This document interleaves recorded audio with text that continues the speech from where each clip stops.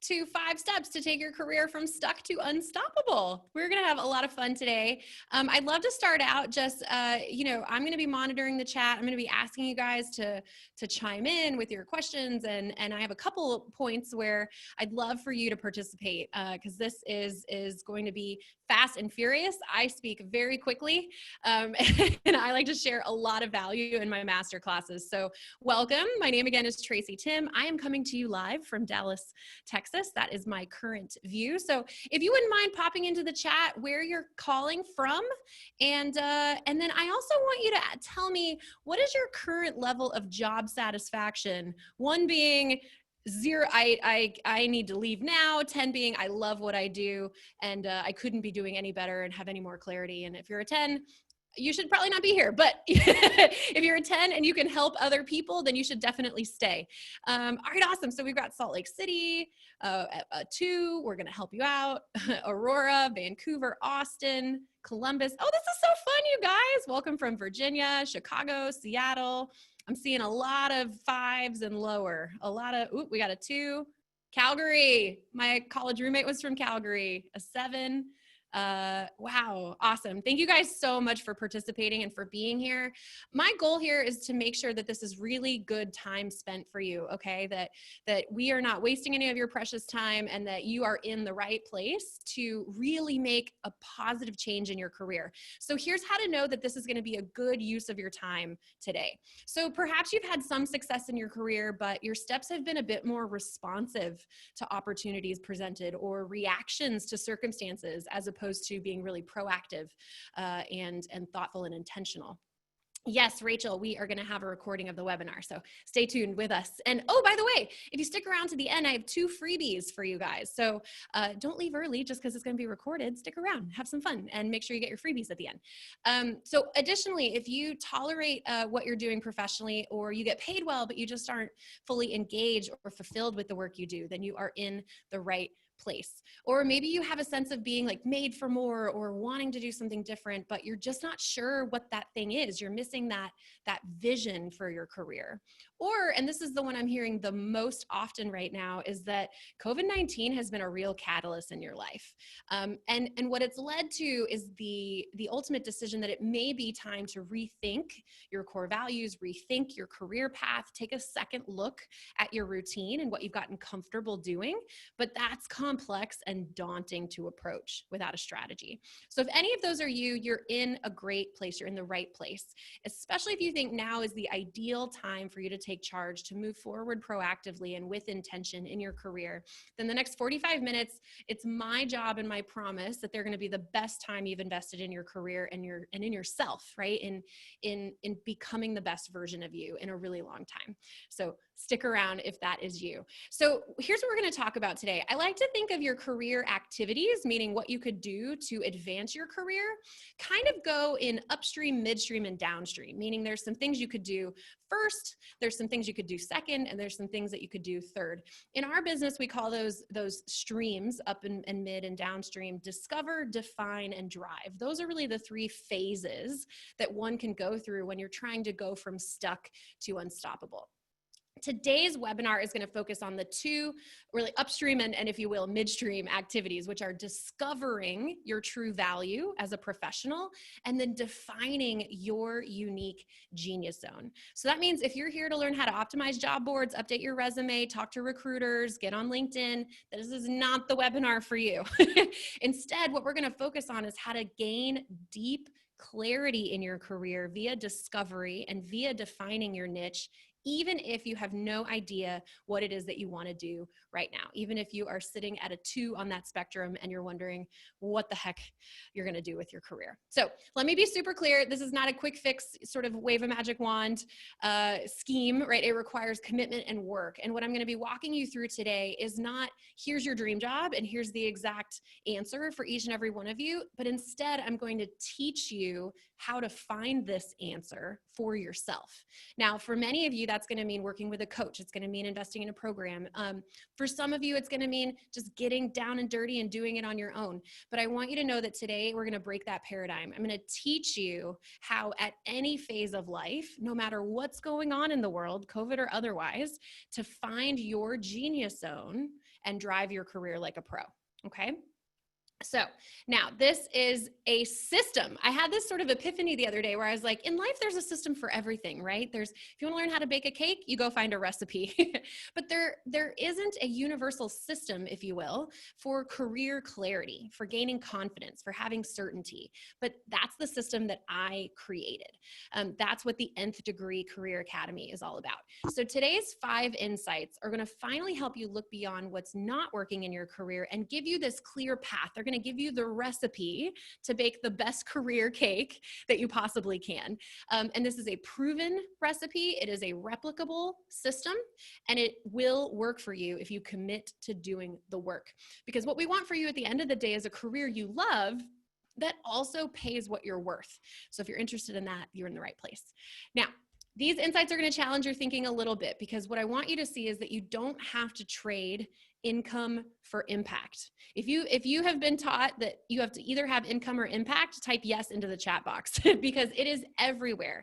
But instead, you can actually have a personally meaningful career and you can make great money at the same time. If you want that, type yes into the chat box, friends. If you want to do work you love, your soul's work that also pays you what you're worth, that's what we're going to talk about today. You'll also realize that out of control feeling, yes times 10, 100% yes, these are my people. You'll realize that out of control feeling that you have, which right now is largely due to what's going on externally, but can definitely come from internal uncertainty, is really an illusion. And by getting more clarity, we can actually have more success, because we may in some cases be deviating from what society tells us to do or what success looks like. But when we define it for ourselves, we put ourselves back in the driver's seat. So if you want to feel like you're back in control of your career, type yes into the chat box. You'll also understand by the end of this conversation how your career and your life fit together, and how so many of us have lost sight of that, right? And we live our lives at the mercy of our careers. And even if we love what we do, it doesn't sustain us and it doesn't allow us to live the lives we really want.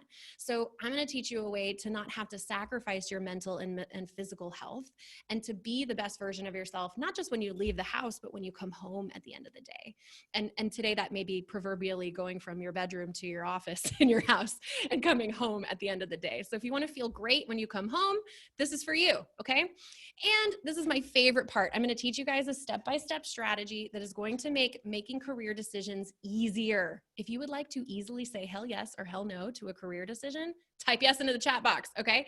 Because the goal here is that you know a strategy that will serve you even when you come up with something up against something that's emotional or an opportunity that looks amazing, but you don't know how to properly figure out if it's the right one for you. Well, guess what? By the end of the day today, my goal is for all of you to be ordering Staples Easy buttons and hitting boom, that was easy every time you need to say a yes or a no in your career. So if you want that, type yes into the chat. Okay, this is a concept that I was taught by one of my amazing graduates. His name was Patrick. And I realized that we were operating off of a very similar paradigm in our own business in helping people find work that they love.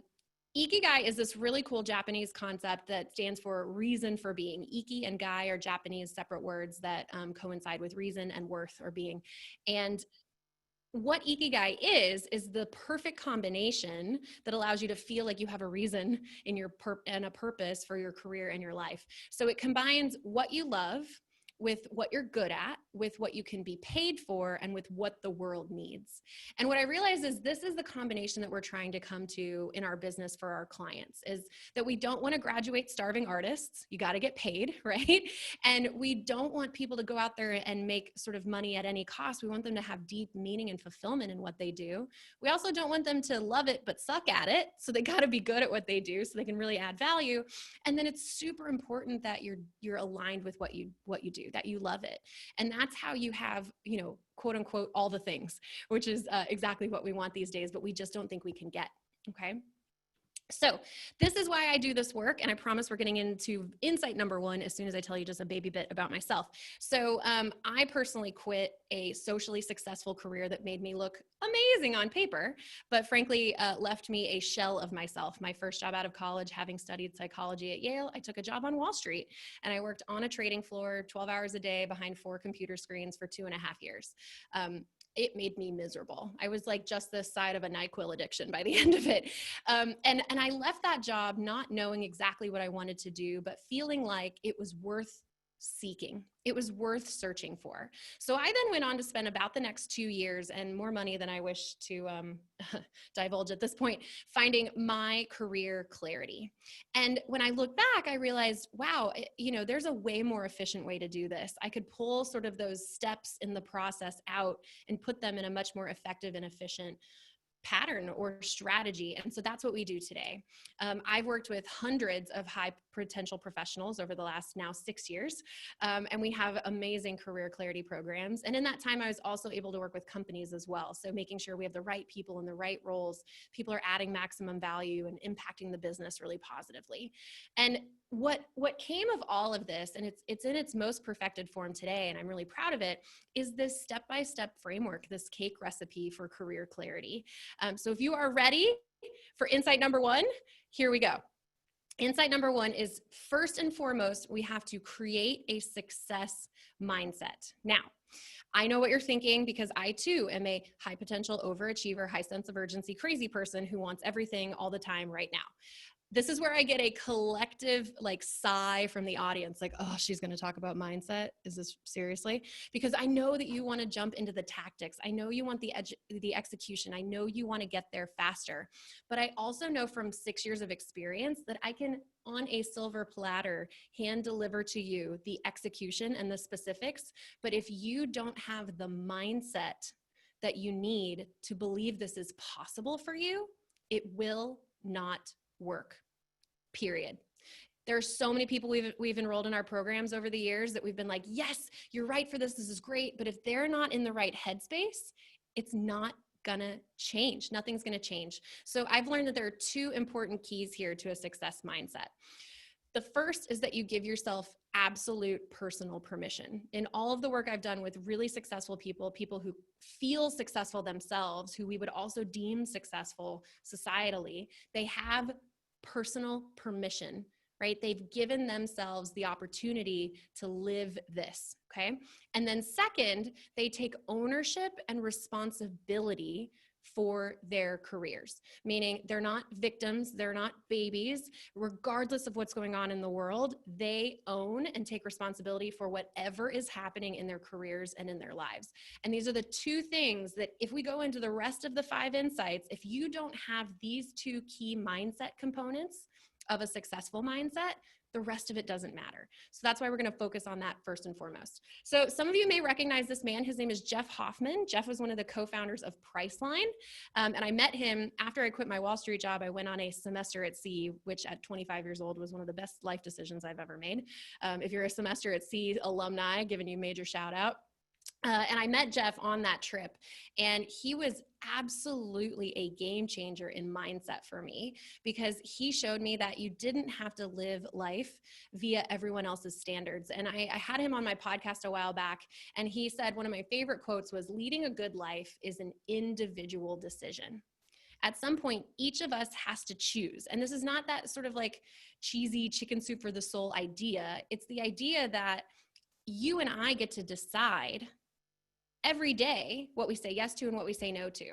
And our professional progress is a direct result of those decisions. It's no one else's fault. It's not COVID's fault. It's not your boss's fault. It's our responsibility and our ownership and our decisions that cause everything to happen. So we're not victims of our circumstances.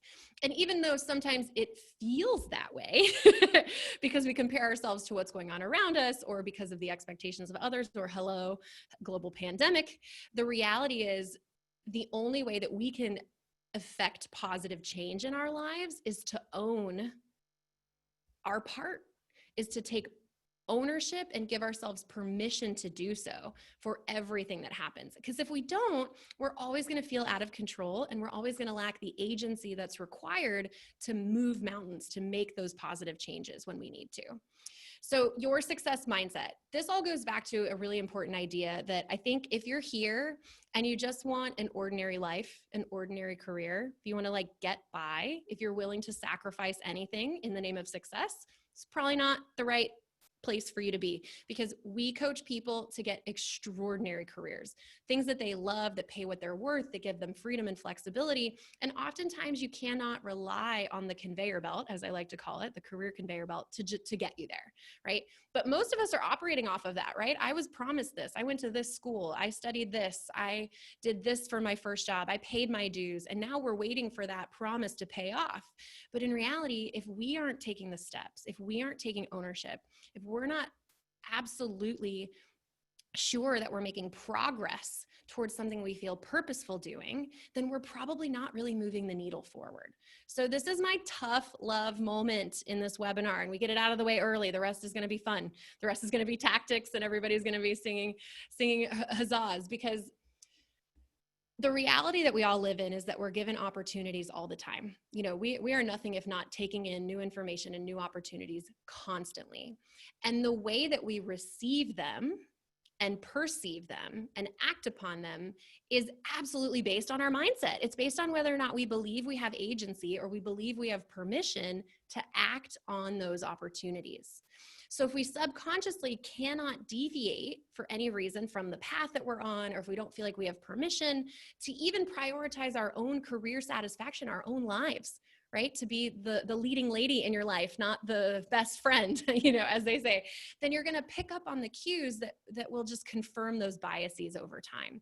And when you do that, nothing changes. It's when we're sort of sitting and praying for a change and nothing's happening. So we must start with this success mindset and an actual system, which is what I'm going to get to next, for dealing with fear, for dealing with our doubts, for communicating to loved ones and their doubts, and then handling the inevitable sort of freakouts, right, that happen along the way. So I want to introduce you to Sam. Sam is my OG very first client. And thank God for Sam, because she taught me this principle super early on in my business. And I would be myself and all of our amazing clients would be less off without it. So Sam currently is working for Royal Caribbean. She's in product development. But when we met, what she was experiencing was a complete lack in realizing her own potential. She'd actually been in the finance world for over 10 years. She'd hated basically every minute of it. And she felt every day like she was just going further and further down into a hole that she was not able to dig herself out of. And you know what's crazy is that we got through 4 of our 5 sessions. This is how I used to work, was like, you know, packages of sessions, which we don't do anymore. But she finally in the 5th session was like, Tracy, I had a breakthrough last night. I realized that everything you've been saying is working, but I haven't internalized it because I was waiting for someone else to give me permission. I was waiting for someone else to say, Sam, it's okay to go for your dreams. You know, it's okay to leave a world where you don't feel fulfilled. It's okay to prioritize yourself. And I had this massive breakthrough where I was like, all right, Sam, are you ready to give yourself permission? Will you write your own permission slip in the least cheesy way? And she said, yes, I am ready. And frankly, it's because nobody else was going to do it for her.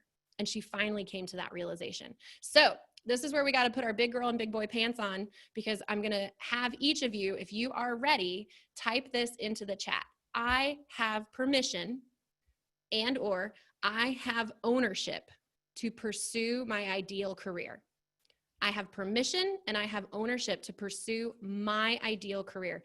Type it into the chat. And if you're afraid of what other people will think, if you're afraid that someone's going to see your name pop up on this chat, that may be part of the mindset issue that's going on, right? That may be the mechanism that's keeping you stagnant or feeling stuck or not feeling unstoppable. It's because we're afraid of what other people are going to think.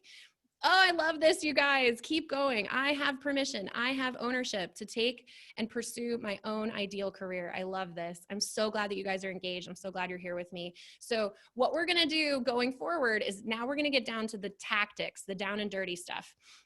What we're not going to do is be able to go through those tactics together. I'm just going to give you the ideas today, and I want you to be taking copious notes on what you need to do for homework after this, okay? Oh, I love this. Keep it coming. I have permission and I have ownership. Great job, you guys. Keep up that spirit and that energy going into insight number 2. So insight number 2 is that we need to commit to our values. Commit to your values.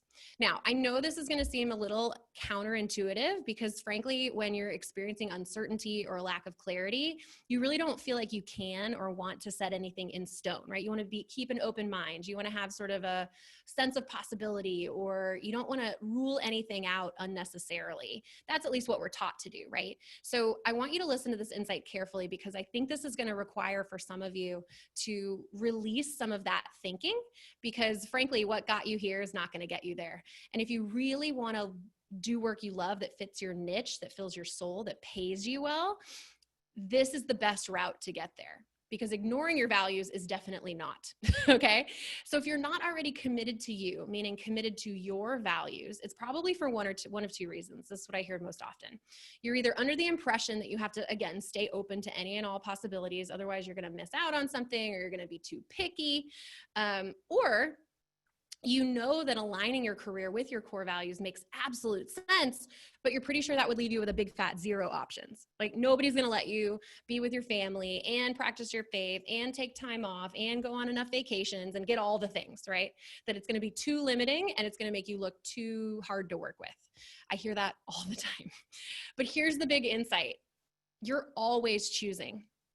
You are always making values-driven decisions. Every decision you make in your life speaks to what you do or you do not value. So the question for you today is, what are your decisions saying? Are they saying what you really value? Or are you just making decisions despite your values, and that's what you're telling the world? So if you were to compare your career choices right now, your actions, what you do with what you say you value, would they align? Would they not align? Would they half align? These are the big questions you have to ask yourself, because even if you feel like you don't have a choice, like you have to suck it up, you have to go against your own values, you're always going to be making some type of sacrifice. We always have a choice. We always have a choice. And frankly, because we have choices and a lot of other people don't, I think it's up to us to take advantage of those choices, because people who have amazing, sustainably successful careers, the only way to do it is at the foundation that your career has to align with your values without compromise. Otherwise, it's unsustainable. You're going to burn out and you're going to be making compromises and sacrifices in areas that do not work for you. So by setting your values in advance, this is where the easy button thing comes in, right? Because if I know before the decision comes up exactly what I care about, then I simplify that decision-making process, which means I exponentially increase my chances of long-term sustainable success. Because in the moment, you're not worried about how you feel emotionally or what your ego is telling you. You can look back at the data, what I value, and it's a yes or a no. It's an easy button decision at that point. So today, the insight number 2 question is, what really matters to you? What really moves the needle for you? Because core values are not just for companies. They're not just platitudes that sit on the wall. When you take your time and you define your unique set of values, what you do is illuminate to yourself and the world what actually matters. And you may not have done this for a long time. I guarantee if I asked like 9 out of 10 people on this webinar right now, what are your top 5 core values? 9 out of 10 are not going to know. And that's okay. That's why we're here today, right? Is to put that back in perspective. It's so important because this will allow you to go deeper than what's not working, right? And it'll help you see why you feel the way you do. So if you feel there's some sense of things not working for you, but you're not really sure why or what the mechanism is, it could very well be your values. And the best part about this is it makes decisions less stressful and more authentic in the moment, so you can get out of your own way. So here's my 5-step core value discovery process. So again, we're not going to be able to do this in real time. I want you to be taking notes and write these 5 steps down. Okay. Number 1 is you want to do a brain dump of everything that matters to you. So just write it all down, right? Or you can speak it into something that records your voice and writes it all down for you. You do you if you're very tech savvy. But just take 10 minutes, do a dump of everything, and don't judge it. It doesn't have to be beautiful, virtuous words. It can be phrases. It can be people. It can be experiences, whatever really matters to you. Number 2 is then I want you to take 20 minutes and look at a list of core values for inspiration. I just like to go to corevalueslist.com, keep it super simple, and look at those 500 or so core values and just ask yourself, oh, I forgot that I really cared about that. Oh, I totally spaced during my brain dump on this thing that I care about. And take about 20 minutes to do that. Then you're going to take 30 minutes. So I call this the 10, 20, 30 brainstorming exercise. The third thing I want you to do is group similar values until you reach about 10 core values. You want somewhere between 7 and 10. Any more than that is too much, and any less than that is just not enough to be robust. So grouping similar values means taking items that actually fall under the same category and would roll up into the same value or idea and putting those together until you get to about 10. Then I want you to take a nap. I know that sounds weird, but I want you to walk away from it you could sleep overnight, take a nap, whatever, but just clear your brain. Don't worry about it for 5-10 minutes or for an evening. And then I want you to come back to it and finalize your top 10 core values. So you're going to look at all those groups. You're going to say, okay, these are the names that I'm going to give them, and you're going to put them in order. And the order is crucial. Okay. 1 through 10. Now, once you have your values, I don't want you to stop there. This is a moment of caution because values are powerful. Commitments are what really move the needle. So knowing what you care about is one thing. Knowing how that's going to impact your decisions and your actions, that's the juicy part. And that's what commitments do. So shifting your values from, hey, these are our sort of platitudes that we put on the wall, to this is what I'm going to say hell yes to, and this is what I'm going to say hell no to. That's the difference when you have commitments.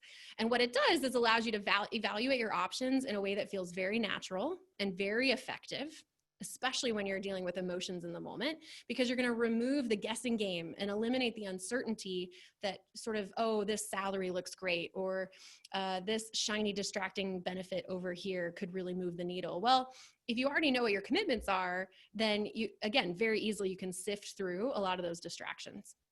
And what it does is create a beautiful foundation for a career and a life that you love that doesn't require sacrifice. That's the key that I want you to remember. So you're not sacrificing anything that matters. So I want you to meet Vivian.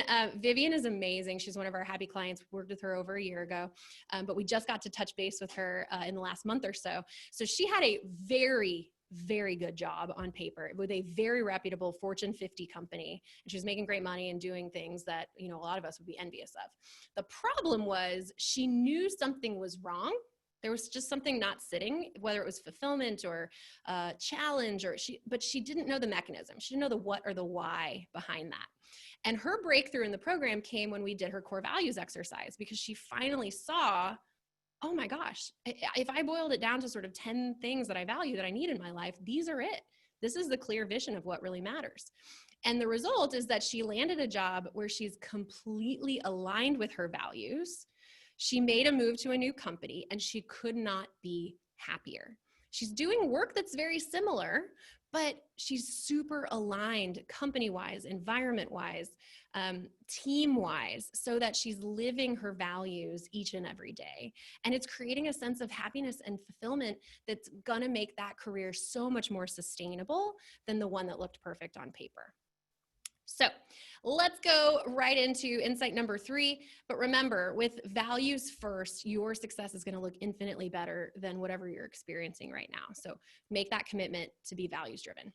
Insight number 3 is play your best game. Not just play any game, not just play a game you're good at, not just play a game you could win, but play your best game. Now, this is fascinating because I think most of us get stuck in our careers because we're operating off of some definition of success that we gathered along the way. And this is especially true for those of us who identify as high potential or overachiever or go-getter or winner or needing to be the best, because guess what? As children, we're given the game board and we're told this is exactly how you win, right? We get used to playing the game that we need to play to look and feel successful. And that's because our measurement for success is very linear. Did you get an A or did you get an F? And where did you fall in between that, right?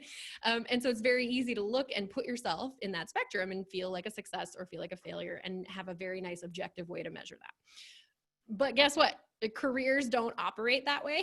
It's very rare that you get an A or an F at the end of the day. But we're using that same logic to make career decisions, and it's just not serving us. And the fascinating thing I realized, and this was so true about me on Wall Street, was, and I just came across this quote, and if you love this quote, so do I. Einstein said, everyone is a genius, but if you judge a fish by its ability to climb a tree, it will live its whole life feeling stupid.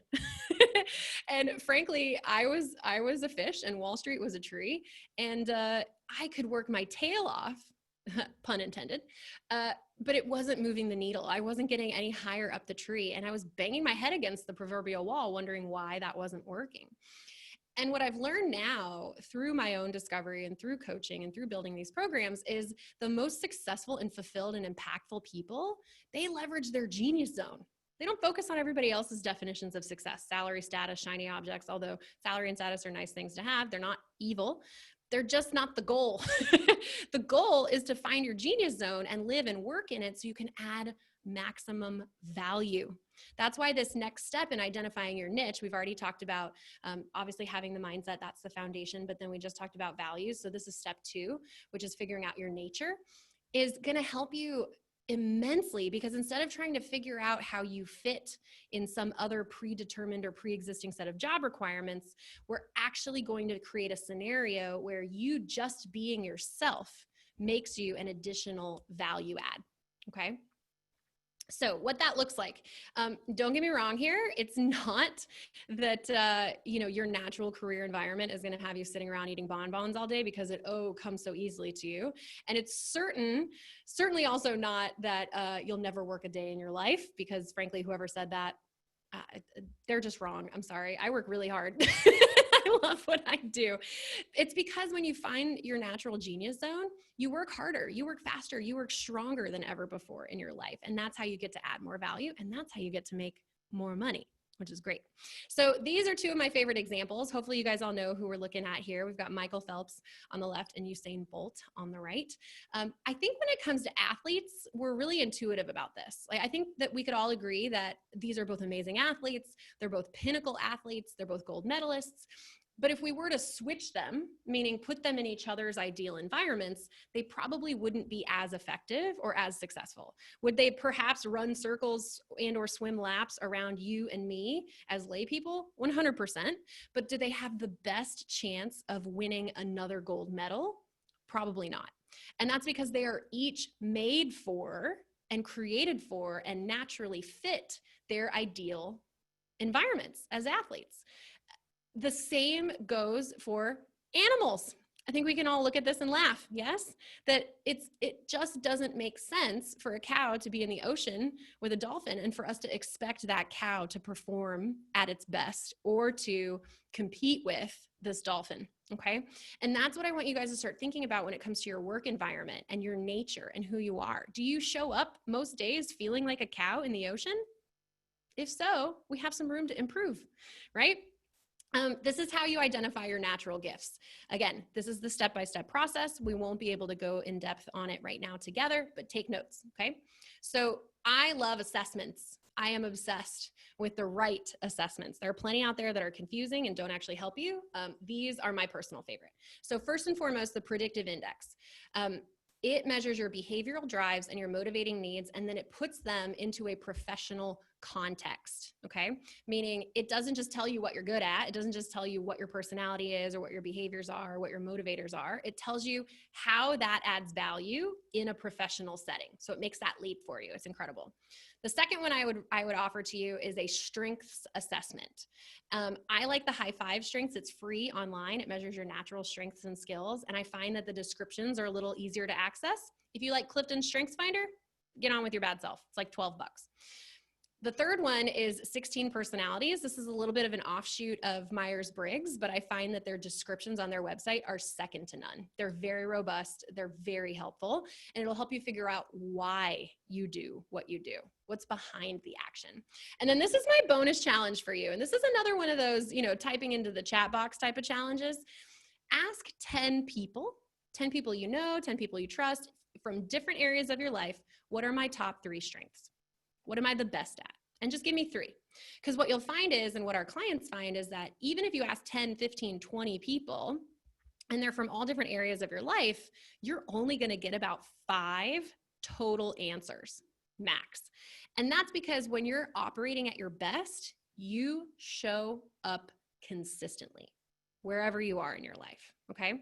So do this as homework. Ask 10 people, ask 5 people, just do it. What are my top 3 strengths?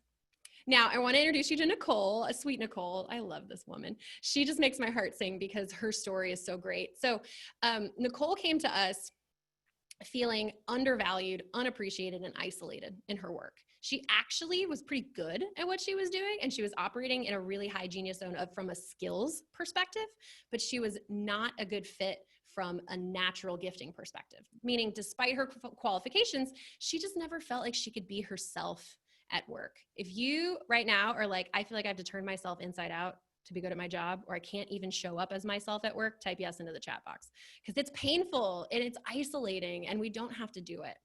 So through our assessments and through, cake by the ocean. I love that. Okay.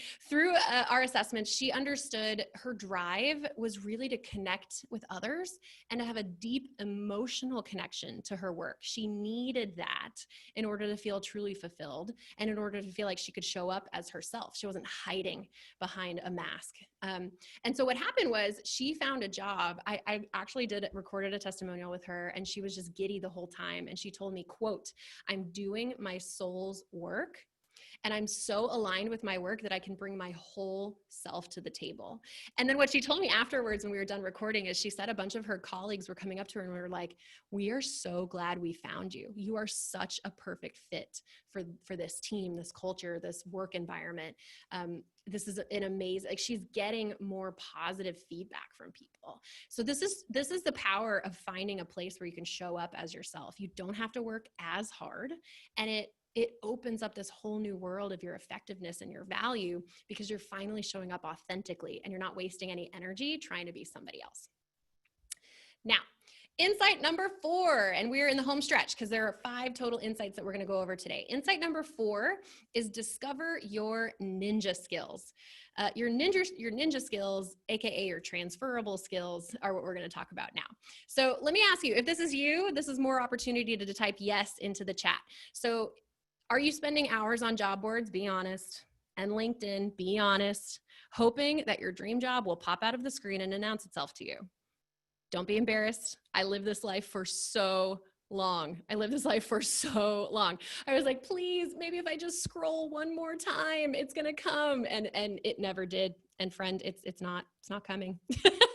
Or maybe you're feeling paralyzed because you like, if I make a change, I'm going to have to start my career from scratch. I haven't done anything transferable. If this is you, type yes. Maybe it's you've been in one industry or one company, or you've only done what you studied and you just feel like you don't have anything transferable to offer.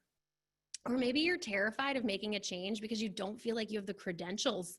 You don't feel like you have the expertise, and you don't want to like go back to school and spend hundreds of thousands of dollars and X number of years trying to figure this out, right? And then just to apply and not get it, that would be awful. So that's you, type yes. It is so depressing. And thank you for sharing. We're going to get into what is transferable. They're your ninja skills. Every single person I speak to has this underlying fear. It's like, I'm going to spend the time, I'm going to spend the money, I'm going to spend the energy required to discover my ideal career. And then I'm going to find that nobody's going to hire me, right?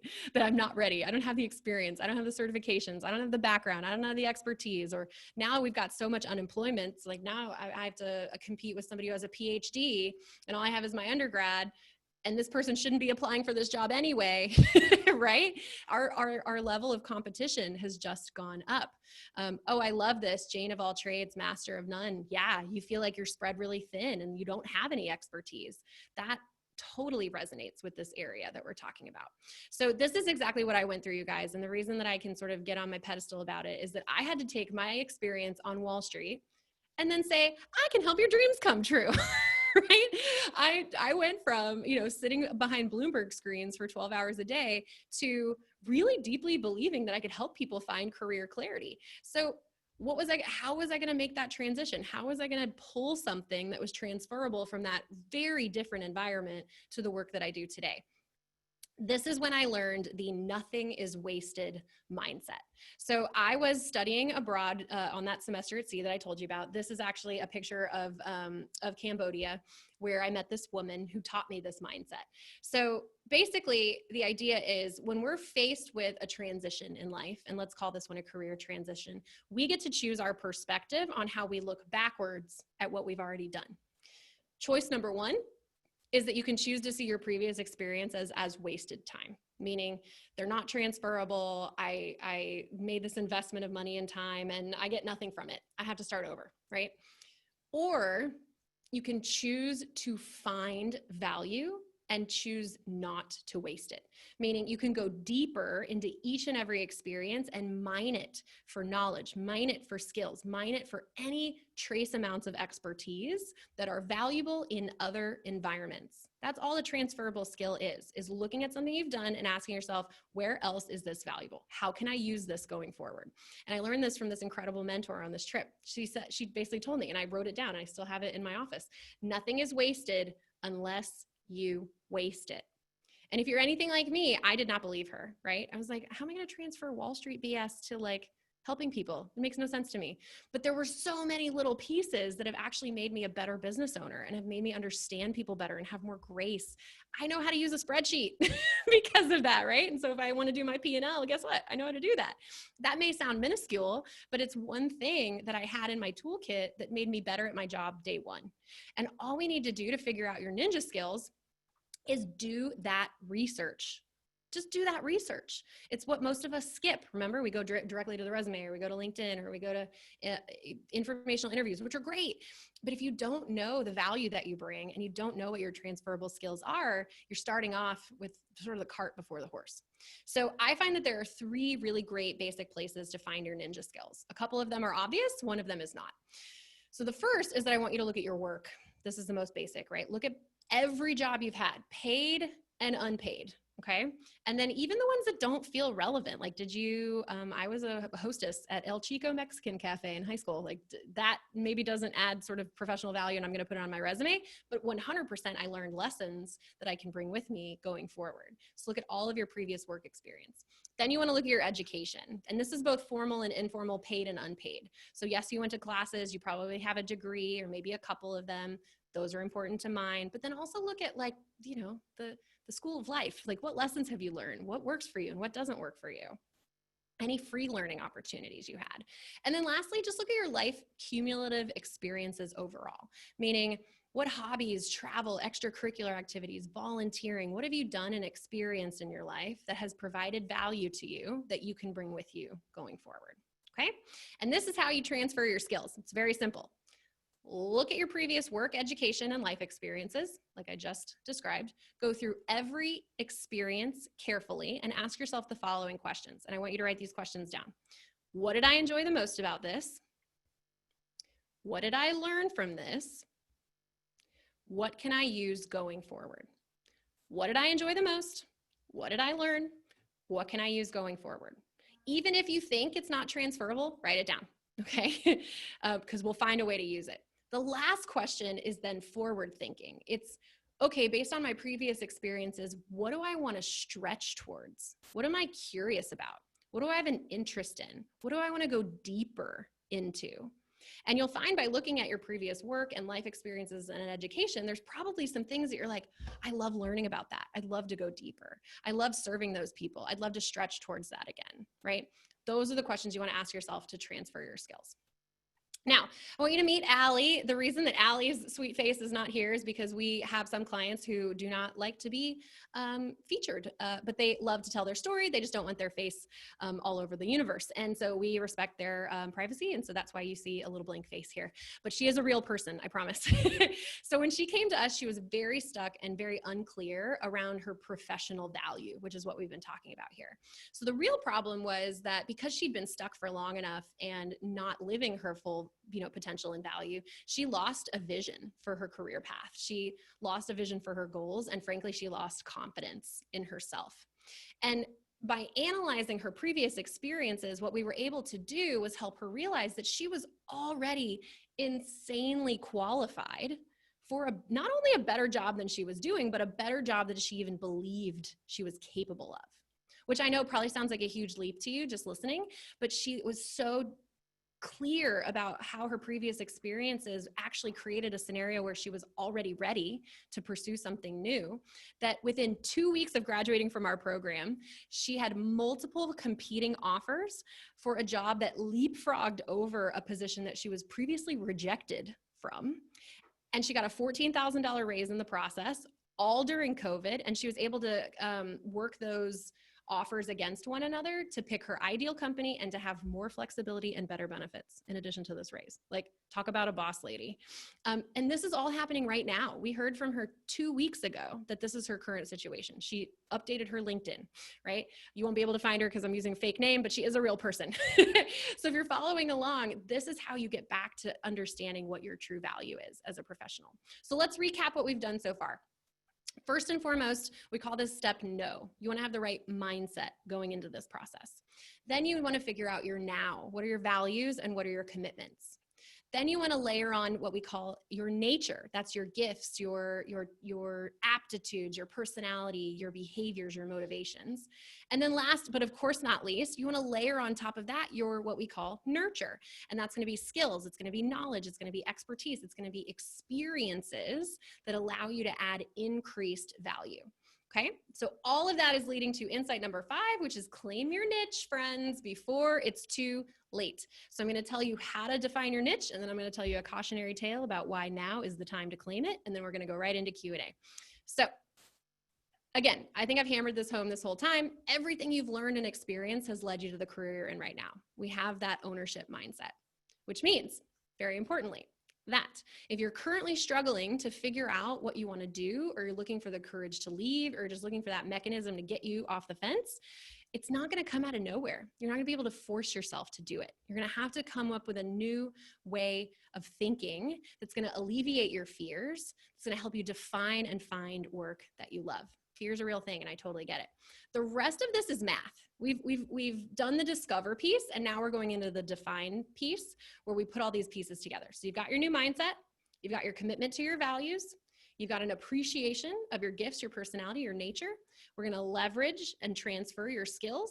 And so all we have to do is take all those puzzle pieces and put them together. This is how you get a niche, okay? So here's how you define your unique professional niche. You take your now, you take your nature, and you take your nurture, and you see where they overlap. I know this sounds pretty basic and simple, but it's pretty basic and simple. It's not easy, mind you, but it is basic and simple if you do it in sort of a step-by-step way. So here's the way that we like to do this with our clients. Choose one value, one commitment from your now, compare it to your nature. So ask yourself, how does this value come naturally to me? How do I live this value via my personality, via my behaviors? And write that down. And then ask yourself, is there anything relevant in my nurture, skills, knowledge, expertise, that I could layer on top of that already amazing natural value and add to that core value, okay? And then you set that as one component of your niche. That's it. So let's say one of your core values is serving others. Let's say part of your nature is that you're naturally outgoing and outspoken and talkative and great at communication. And then your nurture, you've also taken speech classes, you've done Toastmasters, you've invested in oratory and rhetoric and learning how to give a great, convincing, helpful message. Well, guess what? One of your niche components is probably going to be helping people via speaking in some capacity. Does that mean you have to be a speaker full-time? No. Does it mean you could probably be an incredible CEO and give amazing town halls? Absolutely, right? How you use that component of your niche is completely up to you. But then you just want to rinse and repeat. Do that for every one of your values, every one of your commitments until you're done. And when you're done, you're going to have the components of your niche. And it's going to be beautiful because you're going to read them and go, oh my gosh, this is me, this is me, this is me, this is me. And that's what we do with our clients in our program. So when you invest in choosing and pursuing your ideal niche, what happens is you shift the paradigm. You go from waiting around for proof of the success you've been promised to actually making progress towards your purpose. And that feels better than anybody else's definition of success ever could. So we're going to wrap this bad boy up with why me? Why Tracy? I am not in this position because I've known what I wanted to be since I was 7, or because I'm 60 years old and had this illustrious career. It's because I've done everything wrong. I took that career that I shouldn't have, that I hated, and I left without a plan, just that belief that I could figure this out. And even though I spent years and, like I said, invested tons of money, just when I thought I found my clarity, I had to learn this lesson the hard way. They say that lessons are presented to us until they're learned, and this is when I finally learned it. The year before starting my own business, this was about 7 years ago, I got fired. Not just from any job, but from a job I didn't even like. I took this job because my friends were giving me a hard time. I had just come back from semester at sea, and they're like, when are you going to get a real job, right? I had my parents kind of breathing down my neck about having benefits again and healthcare, which is important, but certainly not the definition of success. And I really was terrified that I wasn't going to have stability in my life, and I was never going to get hired again. And so I took this job out of absolute fear and for all the wrong value reasons. And within like 6 months, I got fired. And it's because I was a horrible fit for this job. And it was unsustainable. It was categorically unsustainable. But as they say, that was probably the biggest blessing of my life, because it set me off on this path to where I realized that doing the quote unquote safe thing or the expected thing wasn't the safe thing for me. That's when I started this business. That was the last straw that broke the camel's back, where I was like, no, I need to recommit to my clarity. I need to recommit to the things I know I love doing and the things I'm good at doing, the things I value. And that was building this trademarked methodology. It was building this step-by-step system. And now we have incredible clients, and they discover work they love, and they love it so genuinely. And frankly, they make great enough money that they're like, I don't care if that's not what my family expected me to do. I don't care if that's not what my friends are doing. So is that scary? Yes. I'm seeing many people, I'm afraid of change, and I get that. But no one made that leap from stuck to unstoppable without fear, and probably without some help. And let me trust me when I tell you this, that it's way scarier to get fired, to have the rug pulled out from under you in a job you don't even like, and then be even further behind the 8 ball, than it is to quit with intention and to start making progress towards your ideal career. So I want to tell you that claim your niche before it's too late, because frankly, right now, businesses do not have space for people that don't add value. They just don't. We don't have any extra money, okay? I don't know if you guys don't know this, but there are businesses that are suffering that have never suffered before. No leader has extra money for somebody who's a weight on the business. You have to be adding value. So find how you add value and claim it before it's too late. So today, what we've learned, and this is what I hopefully taught you, it's what I promised to teach you, is how to go from stuck to unstoppable in your career. Start to get your questions ready, your Q&A ready, and I have the freebies coming up. Get ready.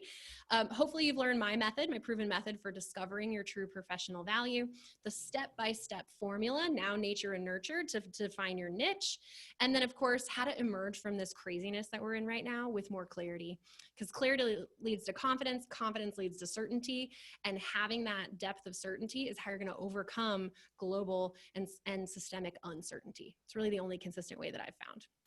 These are the 5 things, to recap, that you need to win. Remember, you need the right mindset, your success mindset. You need to commit to your values and stop sacrificing things that matter to you. You need an appreciation for your gifts, your talents, your expertise. Somebody who's asking about making a career change and a pay cut, put that in the Q&A. I want to answer that question. The 4th thing you need is knowledge of your skills, right? How are you going to transfer those skills? And then lastly, a unique and professional value add niche, and to claim it and to take action. So here's where you're at today. You're at a crossroads. You're at a crossroads. You have a choice. And your choice is to let this be another webinar that you listened to that you got really inspired from and did nothing about, or to finally move the needle in this area of your life, to finally take action, whatever that looks like for you. Now, I would highly recommend that you get a coach for this. That's obviously self-serving because this is what we do. However, I find that if you're trying to do introspection on your own, it's a lot like a gifted cardiothoracic surgeon trying to do her own open heart surgery. Like, she knows how to do it, she's got the expertise, but your perspective is horrible, right? And being introspective on your own is very challenging. So here's what a good coach is going to help you do to get through this process. They're going to play up your strengths, and they're going to reframe your weaknesses. They're going to help you rewrite any limiting beliefs that are keeping you stuck. They are also going to be very powerful in giving you tools and strategies to build this career. And they're going to help you stay accountable, especially when you're afraid. Okay. So here's how myself and my team can help. If you're resonating with me and the way I do this, happy days. If you're not, don't stress about it, right? Take what works and leave what doesn't. But my team and I set aside 50-minute clarity calls or strategy calls. They're absolutely free starting today. And we will help you get through these challenges. We've seen it. I've taken over 350 of these calls over the last 3 years personally. And so if you think you're going through something nobody has ever told me, you're probably wrong. So in this session, what we're going to do is be able to help you get unstuck in a sense, figure out what's in the way, figure out what needs to happen for you to have the best possible future. What are your best next steps? And listen, if we're a good fit to work together, we'll tell you about our programs. If we're not, we'll lead you to other resources, no pressure and no stress.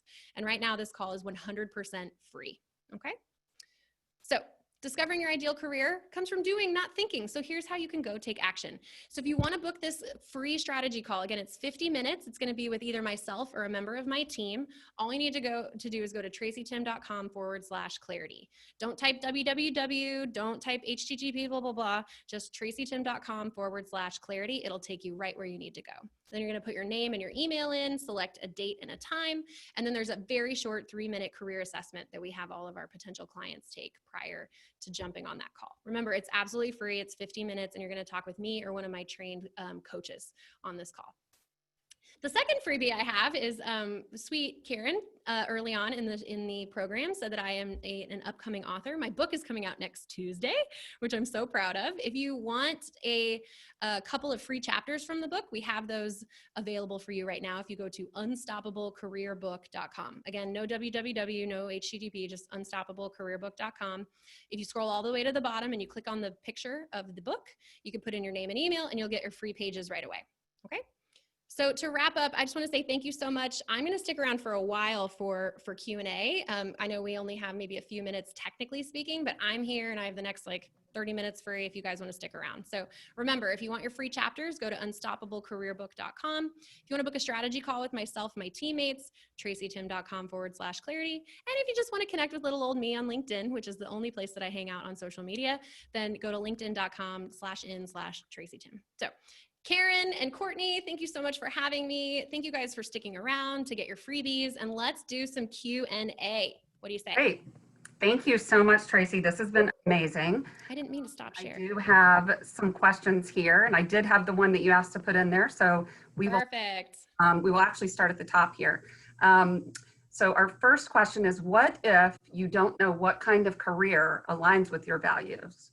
Okay. So I was talking to, so the question was, what if you don't know what kind of career aligns with your values? Now, I was talking to another woman who is sort of an expert in this area, coach, et cetera. And she came up with this really great one-liner that I thought was hysterical. She's like, listen, your ideal career is not a job title, even though most of us think that that's the answer, but it's not, because imagine saying that your ideal spouse or partner in life, you define them as their name, right? It's the mental equivalent of going around and looking for a title is the mental equivalent of going and looking for a spouse just based on their name. You don't love them because of their name. You love them because of the components or the qualities that make up who and what they are, right? So your core values are the building blocks of your ideal career in many regards. It could be the type of people you work with. It could be the environment that you're in physically, whether you're a desk person or you need to be out and active. It could be that your values dictate the circumstances and the conditions of how you work and when you work. So for instance, one of my teammates, one of her top 2 value is family. She doesn't work on Tuesdays because it's the only day when her husband, who works nights, and her kids, who are sort of in and out of school and daycare, they're all home at the same time. And that's just part of her value proposition and her core values as a person. And it makes her better at her job the other days that she is here. And it gives her more energy to even think about things on the weekends or times when I'm not working, nights or mornings, super early mornings or whatever. So that it's not that she's complained and then said, I need this. She made a case for how she's actually a better value to the business and to me by having that family time and by having that value fulfilled. So I would start to think in terms of what do my values say that my work can and cannot be if I'm living those values? And then what of those values actually dictate what the work is, like what the substance of the work is. But it's more of an art, right? It's not like it's going to be a job title at the end of it. Great. Thank you. I'm actually down to the how do we shift industries, career type without taking a pay cut, since that question came in a little earlier. Yeah, this is so great. So what I love is that if you do this properly, meaning if you define your values and you figure out your natural giftings and your personality, and then you also know the knowledge and the skills and the sort of experiences that make you a quote unquote expert in an area in any way, then when you advocate for yourself and the value that you add, usually that's very commensurate with what you're making or more. And our clients graduate with raises. Our last 3 clients were $14,000, $30,000, and then quote enough to put my 2 kids in private school. She didn't tell us the exact number. I think that there's an unfortunate assumption that making a transition equals starting over, and that you're not going to be able to make even a lateral move into a new industry or into a new area, but you're going to have to go back to the bottom of the totem pole and sort of like work your way back up. But the reality is all of the experiences that you've had up until now, you have to articulate how they're valuable. And if you don't, yes, you're going to start over from scratch, and yes, you're going to take a pay cut. But if you can speak to that value and how that actually creates a move laterally or up, even if you're going into something quote unquote new or different, that's the key. You have to control the narrative, if that makes sense. So it's really about deeply knowing and understanding your value as a professional, and then learning how to articulate that properly in that conversation where you're talking about value exchange. So I am this asset, it's worth X to the company. That's how you do it. Perfect. I also wanted to let you guys know that on the Nifty side, we are good to hang out and do some Q&A with Tracy. So you guys are all welcome to stay on. We're not going to cut you off just yet. We have some time, and I have some more questions here. Will be recorded, so if anyone does need to jump off, know that this will be included. The next question is, in this newly hyper-competitive market, how do we make an industry shift against others with experience who were laid off and are competing for the same job? Yeah, so really great question. And it's almost like a more specific example of what I was just talking about. What I'm finding again, and maybe I'm just sort of like, you know, beating the same, I don't even know what the phrase is that I'm looking for. I tend to say the same thing over and over again because it's true. In this case, the only way to do it is to articulate your unique professional value in such a powerful way that you are the best choice. And what we've talked about is creating a value stack that allows you to do that. Because imagine going into a company and instead of just saying, oh, here's my resume and yada, yada, yada, what you tell them is, here's why I'm the best choice for this. This is how it aligns with me from a deep values perspective, which means nobody's going to care more. Nobody's going to put more of themselves into this job than I am. And because that's true. And here's how it takes advantage of my natural gifts, my behaviors, my personality, my strengths, such that I already add more value than the average applicant without really trying that hard. It just comes easily to me. But oh, by the way, here's all my cumulative knowledge and expertise and skills that highlight or enhance that natural value. And because you have that boom, boom, boom, that sort of value stack, that's how you elevate yourself from a generic employee or person applying for a job to an asset that a company cannot live without. But again, it requires you to take control of the narrative. You cannot let your LinkedIn speak for you. You cannot let your resume speak for you. And this is the part we didn't get into today, but it's the next phase in this process is drive. How do I drive my career forward like a pro? It's by talking to human beings and articulating your value. But our resume doesn't do that for us. Our LinkedIn doesn't do that for us. It may tell some of your story. But if you really want to compete with people who have more industry experience than you or more education than you, you've got to prove to whoever's hiring why you're the best choice. And that's usually by articulating how you add the most value. Great. So I think this might build on that. And, you know, a lot of the questions I think build on really the same topic, Sure. but, you know, more specific. So the one attendee said, I'm 57, looking for clarity for the next 10 years. What would you change about the approach? Anything? I want to rock it full force. I love this. Okay, so I was just entertaining a potential business partner who happened to be a white male in his 60s. And anyway, this is so, it's so perfect actually as an example. So he was going to join my business and we were going to be partners. He was going to take over probably a significant equity stake and become part owner and part leader as more president to my, let's call it CEO. And he was like, well, before I make this investment of time and money and effort, I want to go through the program myself.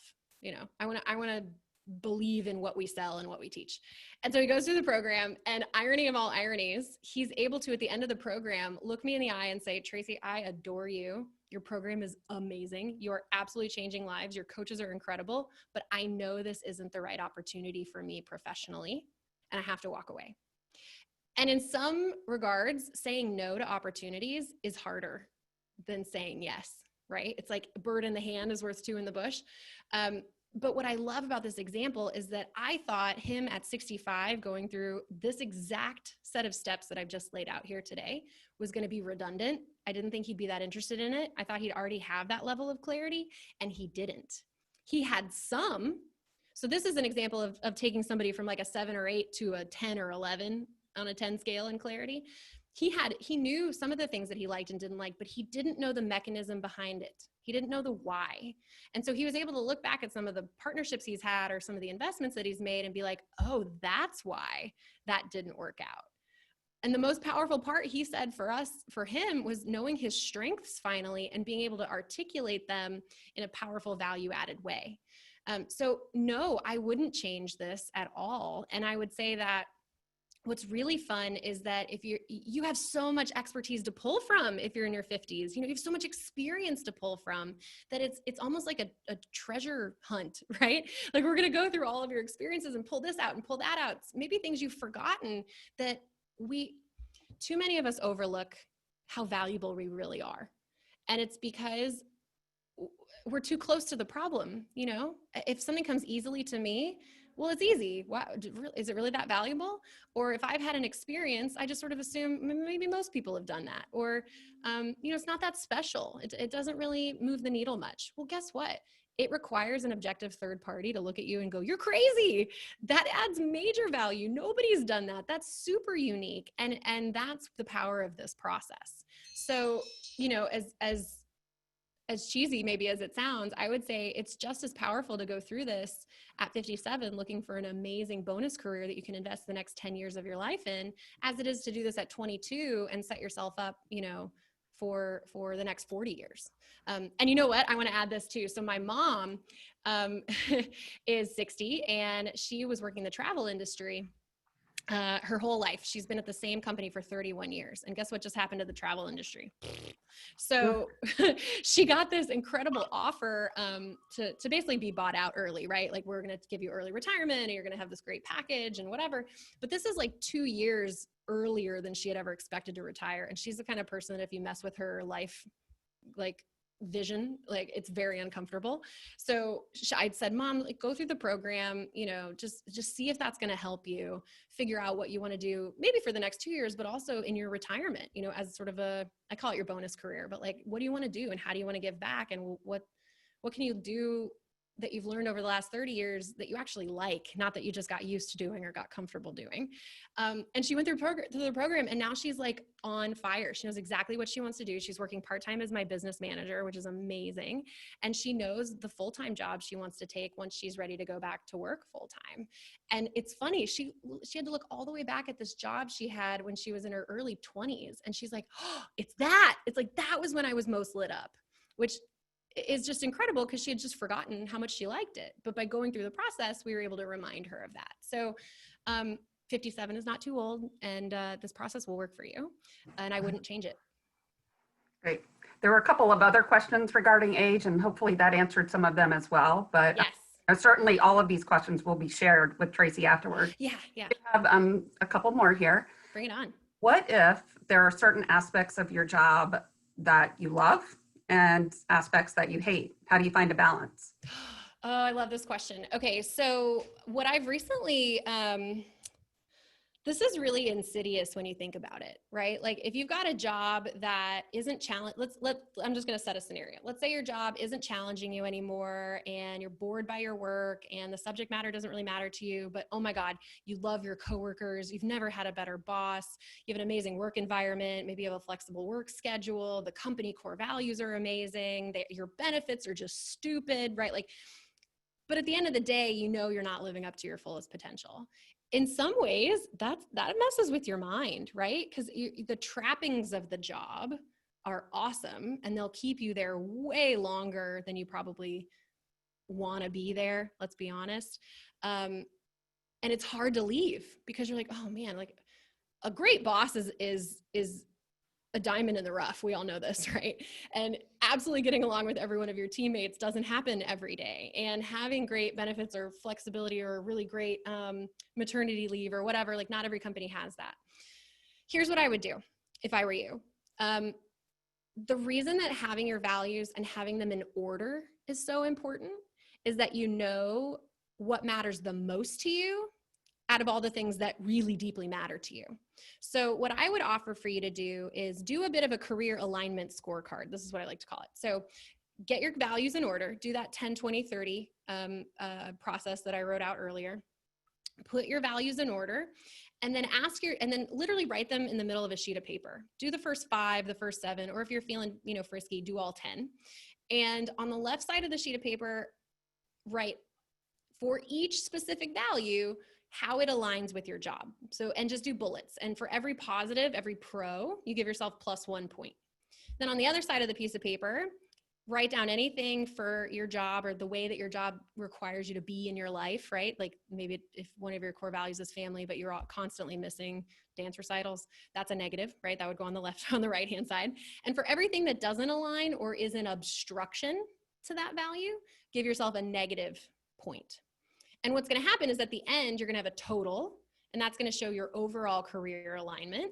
If your overall career alignment is negative, that means we've got some work to do, and it's probably a good idea to think about a change. If it's overall positive, which I would suspect it might be in your case, then you go back to the individual values and figure out which individual values are not being served.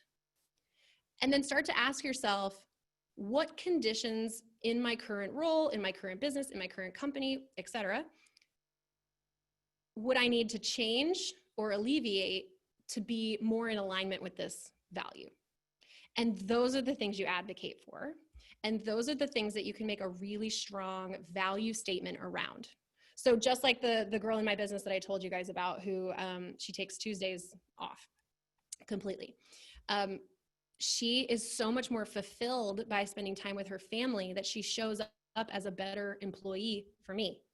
So it's not, hey, I'm complaining to X, Y, and Z boss, like I'm never going to see my family. I need time. It's, hey, I come back so much more fulfilled and sustained by spending this quality time with my family that I work harder. I'm sharper. I'm smarter. I'm more creative.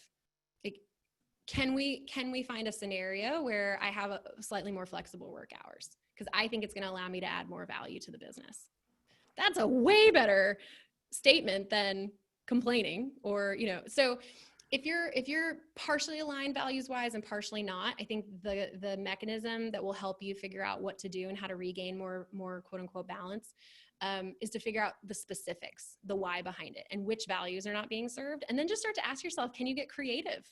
Can you advocate for some sort of little or big change in your day-to-day that would allow you to be more in alignment with that value? I love that comment. It's so easy too. It's like something about your employer too. How your employer treats you is it's true. Part of your values. Absolutely. Okay, so this is a good one. Have you noticed people's values changing after doing this? For example, this person in particular, I struggle with infertility, and my number one life goal right now is to have a child and raise them while they are young. But if it turns out that we never have children, her values might change. So she will always want a child, but worried that she'll never be satisfied in any job based on that right now.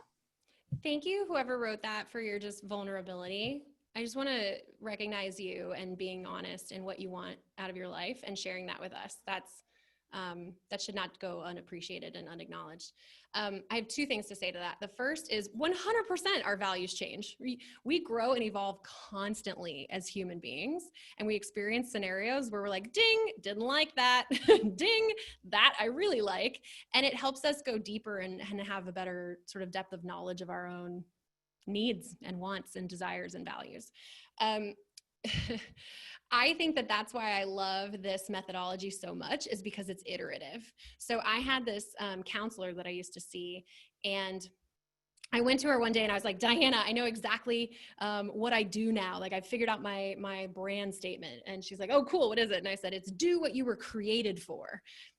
And I was like waiting for, her applause and like confetti to go in the air. And she was like, I don't like it. And I was like, I'm sorry, what? And she's like, what I was created for, like, that changes all the time. I was like, what do you mean? She's like, right now, my youngest daughter is a bride to be. Like, she's a bride. She's going to get married in a couple months, which makes me what?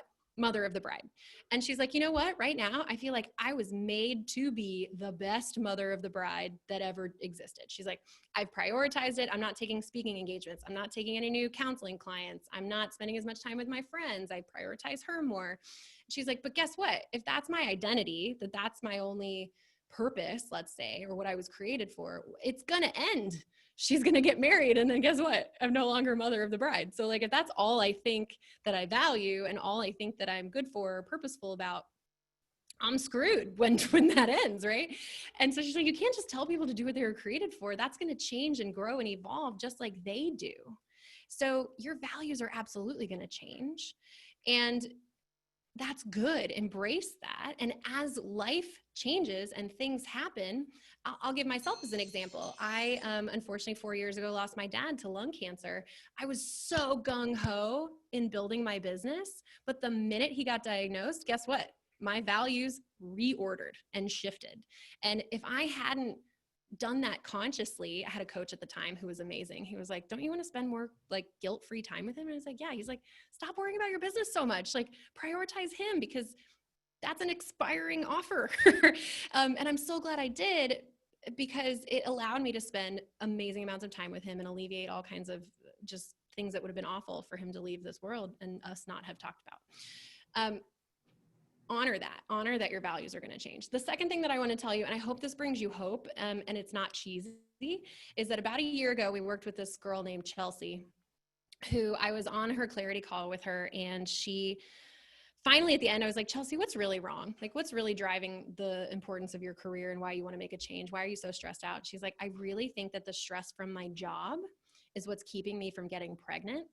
And it's all my husband and I want. Like, we want to love our jobs. We want to serve our community. They were Navajo, and so they really wanted to give back to their tribe. She's like, but we want a kid, and it's weighing on me that I think my job is keeping me physically from doing that. The stress and the anxiety is keeping me infertile. So she joined the program, and we figured out her dream job. She quit what she was doing before, went full on into this new business. Fast forward a year, a couple months ago, she called us and she's pregnant. And I turned to my head coach and was like, oh my God, we created life. Like, obviously that's not sort of going to be everybody's story, but I think it's so powerful. I tear up thinking about it. It's so powerful to think about the role that our jobs and our careers have in our lives, and how we just settle for how they make us feel, and how they have these ripple effects in other areas of our lives that are actually way more important. And if we alleviate this one area, we can make really powerful change in other areas. So I hope that makes you feel at least a little hopeful, and honors your true values and your commitments, and gives you some sense of possibility. Thank you for that.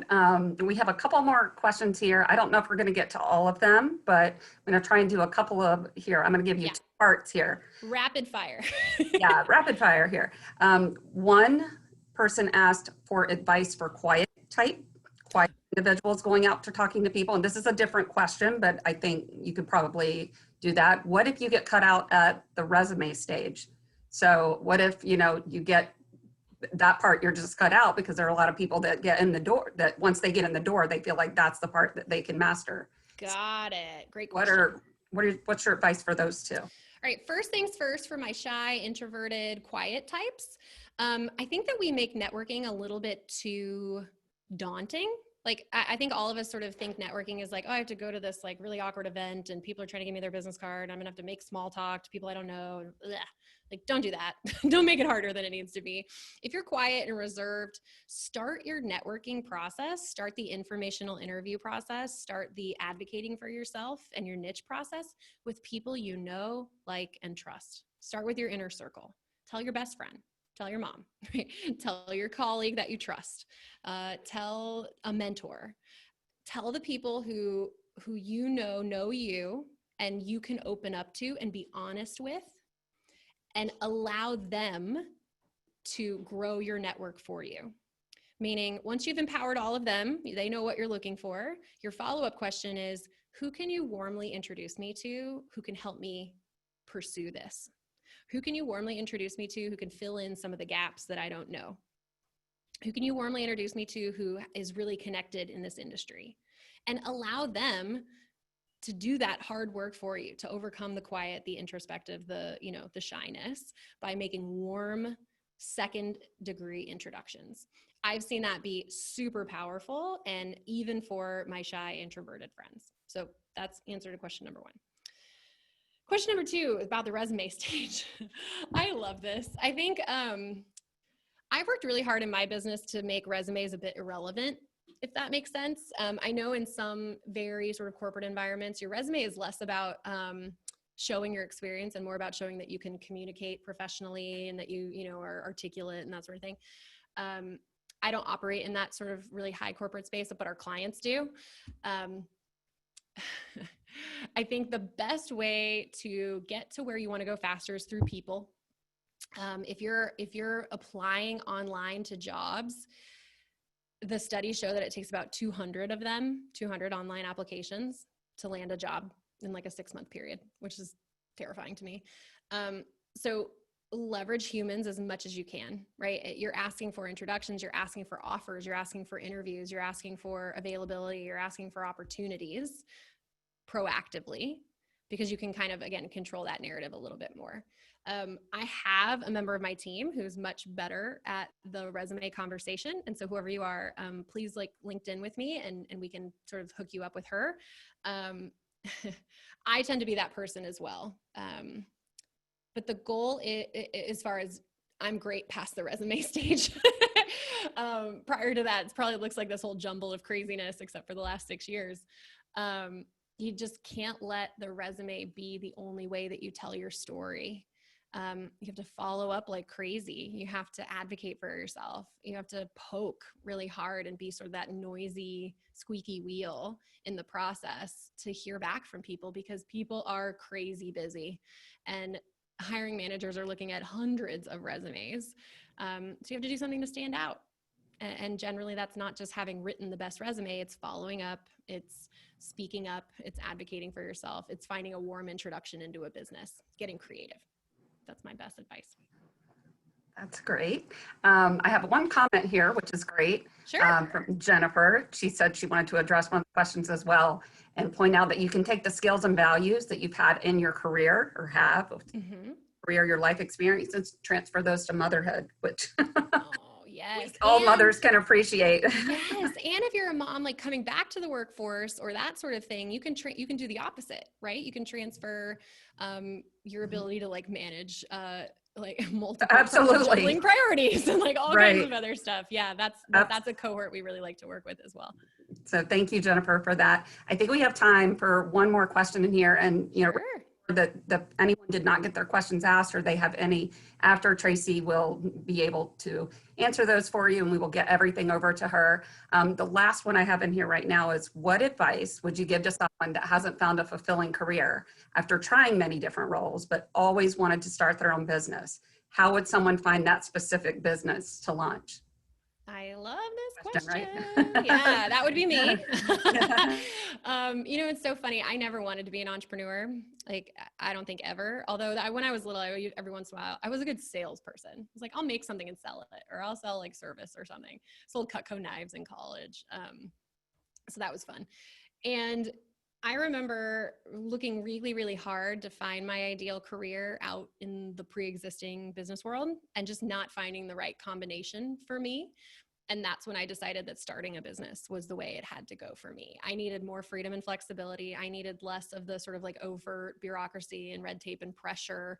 I like to work a kind of an alternative schedule. Like I'm not an 8 a.m. girl. I'm also not a 2 a.m. girl. So yeah, it required me to set what my values and requirements were, and then build a business that could exist within those requirements and not become, here's the thing that you got to like watch out for, and not become a cage of your own making. Right? Because it's so easy to get into business for like all of these great freedom and flexibility and yada, yada, yada. And then like you're, a slave to your desk, and you're always on your phone, and you're always answering emails and whatever. And you're hustling for the next dollar and all that jazz. If you're not set up for that, don't do it.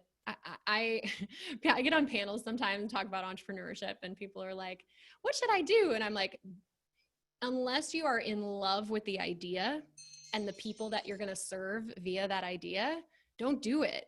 It's hard.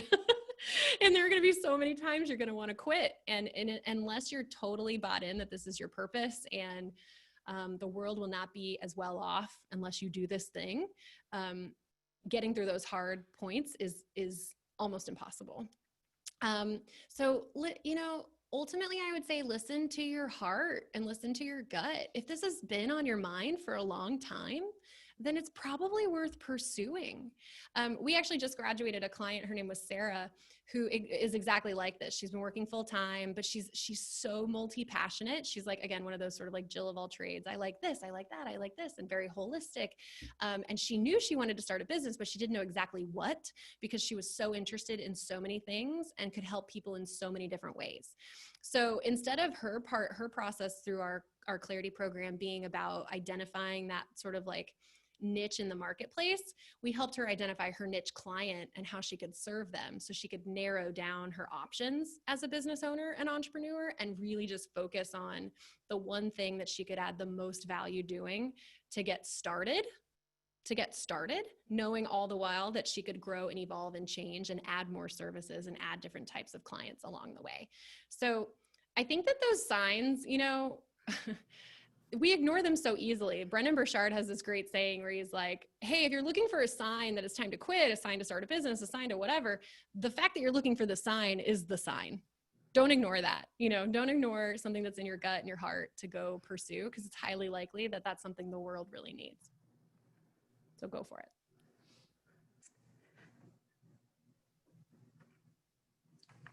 There we go. Sorry, I was clicking on the wrong thing. All good, all good. But this has been absolutely amazing. I see a lot of people have stayed on. Yes. 4 o'clock, and that's great. And they've been wonderful questions. And again, we will record all of these and make sure Tracy has them.